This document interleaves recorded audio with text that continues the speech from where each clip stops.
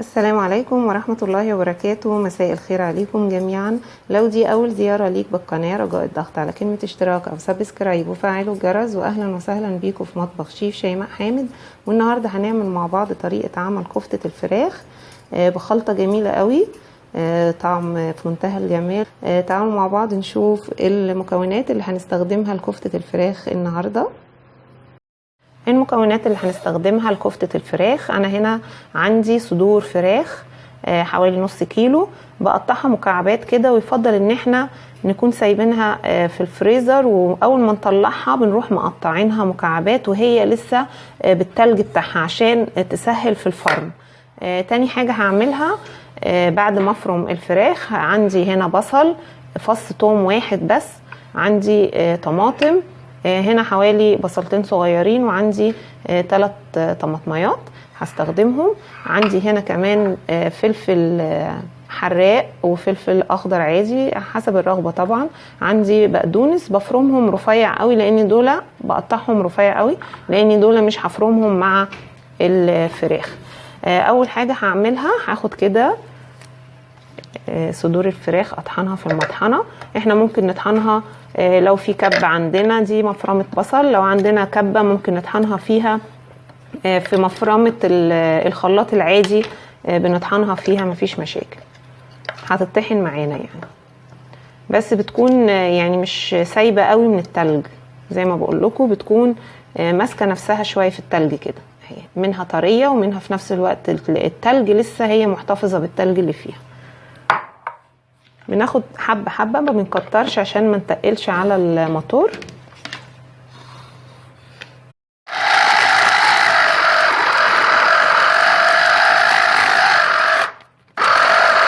هفرم بقى الكمية كلها بنفس الطريقة ونشوف الخطوات التانية اللي هنعملها.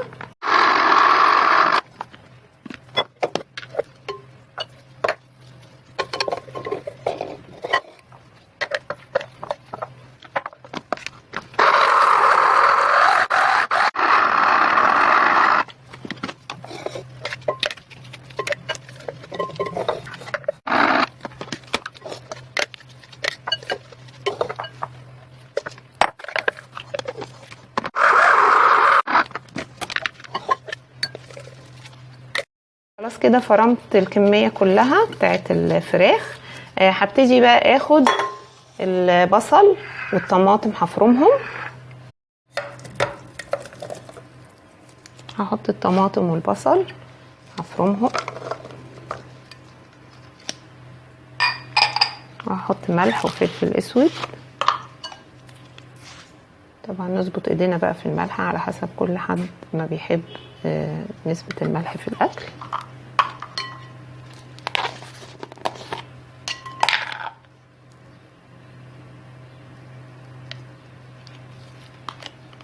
وهنا هحط اللي هي بهارات، 7 بهارات، انا بستخدم نوع الضحى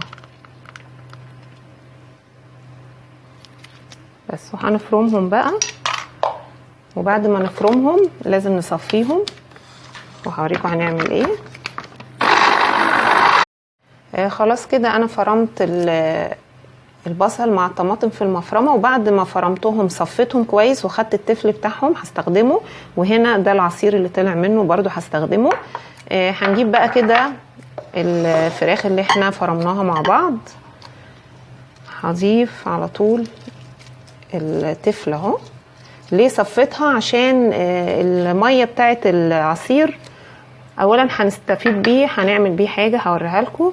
وتاني حاجه لو انا حطيت الخليط اللي انا فرمته الطماطم مع البصل هيحصل ايه، الفراخ هتفك معانا. هبتدي بقى احط كده البقدونس والفلفل، وطبعا نراعي ان احنا نظبط الملح كويس قوي، لان كده الملح مش هنضيفه اللي هو اللي احنا ضفناه في الطماطم والبصل مع بعض. هبتدي افرمهم كده مع بعض.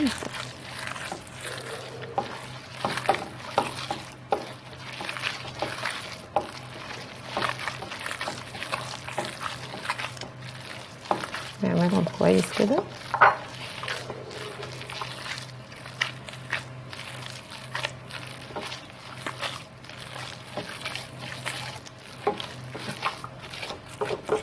بس وهسيبهم كده. هاجي بقى هنا الخليط اللي انا صفيته ده، العصير اللي طلع منه، هضيف عليه ايه؟ هضيف حوالي 3 معالق زيت كده، او ربع كوبايه زيت صغيره. هضيف 3 معالق خل، وهضيف عليهم معلقه سكر كبيره، وهنقلبهم كويس.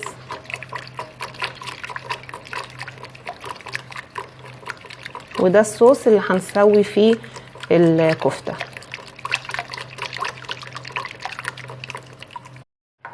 هنا بقى هنجيب كده الفراخ اللي احنا فرمناها وجمعنا كده الخلطه مع بعض. هجيب هنا حوالي معلقتين كبار بقسماط، يعني انا ما بفضلش اضيفهم، بس ايه نحطهم اضمن. معلقتين بس، ما نكترش نهائي يعني عشان تمسك نفسها معانا اكتر. بصوا، معلقتين بس، ما كترش. هسيبها ترتاح 10 دقايق وبعدين هنصبعها. خلاص كده سبتها 10 دقايق. عندي هنا، عارفين المقوار اللي احنا بنقور بيه الكوسه او البتنجان؟ ما عندكيش المقوار ده، عندك اي حاجه تكون مدوره كده. هناخد عليها الكفته كده، هاخد كده عليه الكفته اهي، نسويها كده، وبعدين اروح شداها كده بالراحه. واحنا بنشدها نشده بالراحه عشان يفضل ايه مفرغ من جوه. وابتدي ارصص كده ايه في القالب اهي. ناخد واحده كمان.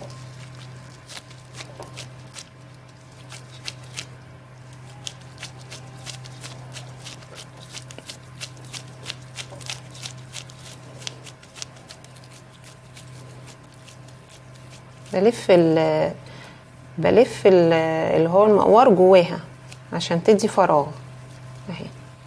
بس وانا بلف اطلعها اسحبها اهي. خلاص اروح حطاها كمان.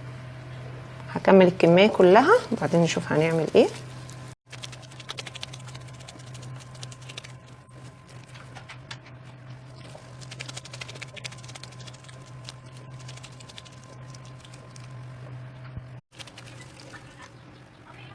خلاص كده صبعت الكميه كلها. هجيب بقى الصوص ده وهرشه عليها. مش هرش كله، هرش جزء منه عشان الجزء التاني هرشه بعد ما افتح الشوايه عليها. يعني هحطها الاول في الفرن، احس كده ان ايه ابتدت خلاص تستوي. هنروح فاتحين عليها الشوايه. بعد ما نفتح عليها الشوايه وتبتدي تاخد لون ذهبي، هنكمل بقيه الصوص ديت عليها. نشوف كده. خلاص كده بعد ما طلعتها من الفرن برجع تاني بقى احط عليها بقيه الصوص كده. هنقلبها بقى بعد ما نحط الصوص ده كده. هقلب الكفته بالشكل ده. هنخليها ترجع تاني الفرن، تاخد بقى من الناحيه التانيه لون، وفي نفس الوقت اللي فوق يعني الجزء اللي فوق ده ياخد من طعم الصوص. هكملها كلها وارجعها تاني الفرن. نشوف بقى في النهايه هتطلع شكلها ازاي. احنا بقى بنظبطها في الشوايه، يعني لقيت مثلا دي اخدت لون ودي لسه، بنقلبهم وهم تحت الشوايه كده بحيث ان هي كلها تاخد لون الشواء. خلاص كده شكلها بعد ما طلعت من الفرن زي ما انتم شايفين كده، شكلها روعه بجد وطعمها خطير. هتعجبكم قوي. طبعا اهي زي ما انتم شايفين استوت من جوه ومن بره، وسويناها في الفرن بطريقه ظريفه جدا. عايزاكم بقى تجربوا طريقه كفته الفراخ وتقولوا لي رايكم. ولو عجبكم الفيديو ما تنسوش لايك وشير وسبسكرايب للقناه وفعلوا الجرس عشان توصل لكم كل وصفاتي. واشوفكم على خير.